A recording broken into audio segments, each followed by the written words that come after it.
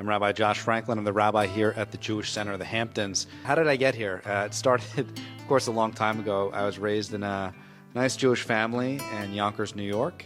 My father was a rabbi, and I like to say that I became a rabbi despite my father being a rabbi. And that's because it's difficult being the son of a rabbi. All these expectations are placed on you my entire life. People just kept asking me, are you going to be a rabbi like your dad? Are you going to be a rabbi like your dad? And I was like, no, of course not. It's my dad's thing. And it was hard too because I didn't have my own Jewish community. When I stepped in my synagogue growing up, I was very much my father's son and not myself. So my community was really my father's community, and certain expectations were placed on me that I thought were not really fair, and I wanted to be who I was. I found that largely at Jewish summer camp. I grew up at Eisner Camp in Great Barrington, Massachusetts, a Jewish summer camp. And I found community there. I found my Jewish friends there. Just telling someone earlier that there weren't very many Jews in my school growing up, but I did go to a lot of bar and bat mitzvahs because I made so many Jewish friends in summer camp and really found my community there. When I got to college, I had no idea what I wanted to do. I went to a small liberal arts school, Clark University in Worcester, Massachusetts. And on a whim, I decided I'm going to take a Jewish studies class. It was my first semester. I was looking for an easy A or something that I didn't really have to work all that hard on. And so I took Intro to Hebrew Bible 101. And it was not easy. It was definitely not as easy as I thought it was going to be. I did learn a tremendous amount, but what's more important is it really got me in touch with a side of me that had a curiosity for Torah and Jewish learning.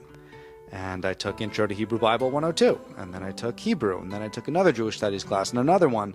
Then I spent a summer abroad studying in Israel, and then I started teaching at a local Jewish religious school. And suddenly I found myself not being able to say no to the question, do you want to be a rabbi just like your father? I don't know if I was saying I absolutely want to be a rabbi at that point, but the calling was slowly being repeated and in my ear and repetitiously being repeated in my ear. And eventually I realized actually the calling was for me. Being a rabbi is very much my calling in life. A jack of all trades is the master of none, but still always better than a master of one. Sure. I love to do a lot of things. I loved photography growing up. I still do black and white photography. I golf, I play sports, I run, I bike, I swim. I'm interested in Hebrew calligraphy. I'm interested in reading. I actually thought maybe at one point that I wanted to get a PhD in Jewish history. In fact, when I was in grad school at Clark University, my professor thought I was going to get a PhD and a doctorate with her, and it just wasn't my path. But I have a lot of interests, and I think the issue was you have to have a myopic view of Jewish history or whatever subject you are studying in order to get a doctorate. And for me, I have this expansive view of what it means to be Jewish.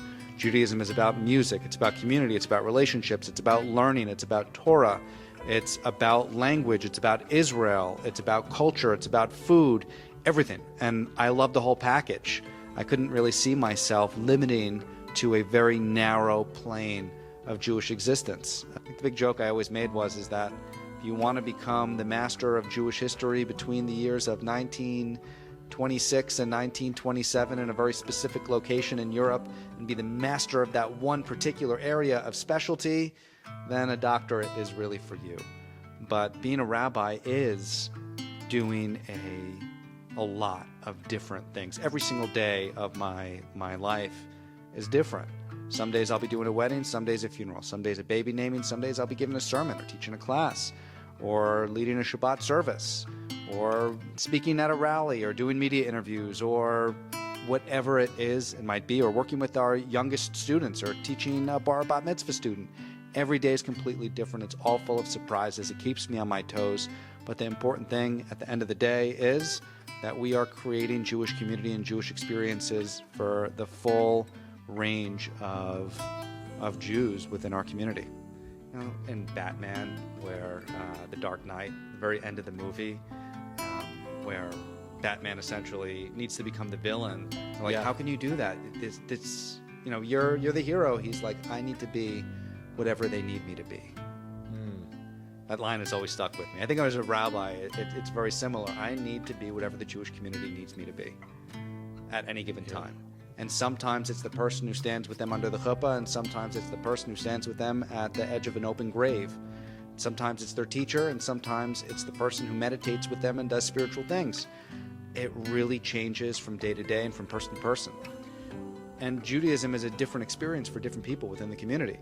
There's a great joke that is often told about Moshe and Shmuley, and they both come to shul every single Saturday. They both come to synagogue on Shabbat, and the rabbi is curious as to why they come. So he says, Moshe, why do you come to shul? Why do you come to synagogue? And Moshe says, I come to talk to God. He looks at Shmuley and says, Shmuley, why do you come? He says, I go to talk to Moshe.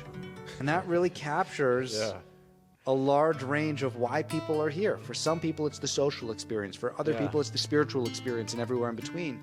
And I really do need to serve the role of what people need from me at any given time in their life. Right now, I've decided that in my career as a rabbi, the most important thing for the Jewish community is to be able to speak honestly and openly about what I feel and not really care about offending people who might disagree with me. You've got to be able to hear voices that are not your own and voices that you disagree with. And if you're not doing that, you're not growing. And believe me, I listen to plenty of voices that push me out of my comfort zone, from the left and from the right. And the goal is to be able to say what you think people need to hear.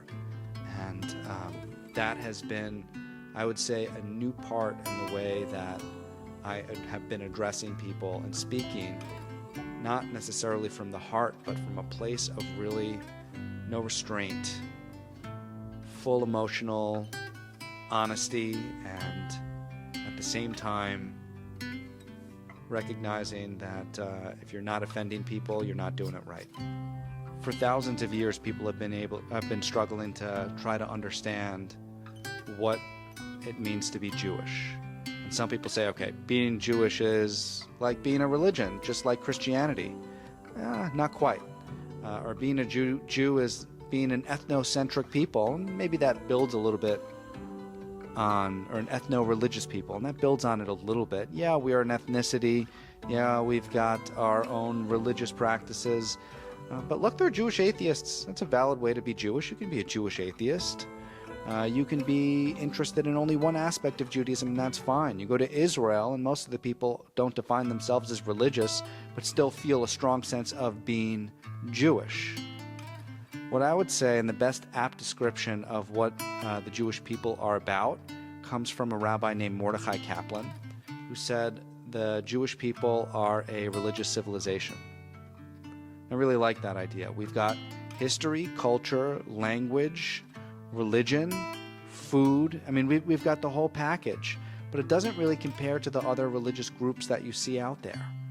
Being Jewish is not like being Buddhist. Being Jewish is not like being Muslim. Being Jewish is not like being Christian or Hindu.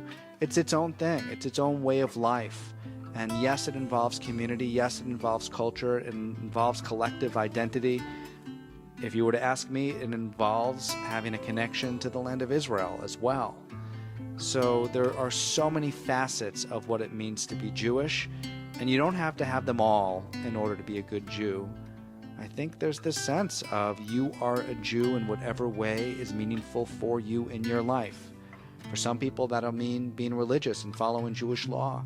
For other people, it will simply be about studying Torah or Jewish music. There is something, a commonality, a shared heritage, a shared intra-connection that we have to one another that I think is really special. You really feel that when you go to Israel and you're walking down the street. Maybe it's in Tel Aviv or Jerusalem, it doesn't really matter. But you look up and you see somebody and you realize, like, yeah, they're Jewish. Oh, and they're Jewish too, and they're Jewish too. And we might all look completely differently, but we have this commonality, this thing that unites us, this inextricable and inexplicable connection that unites us to one another in a profound way that makes us not only feel not alone, but makes us feel a part of something larger than ourselves.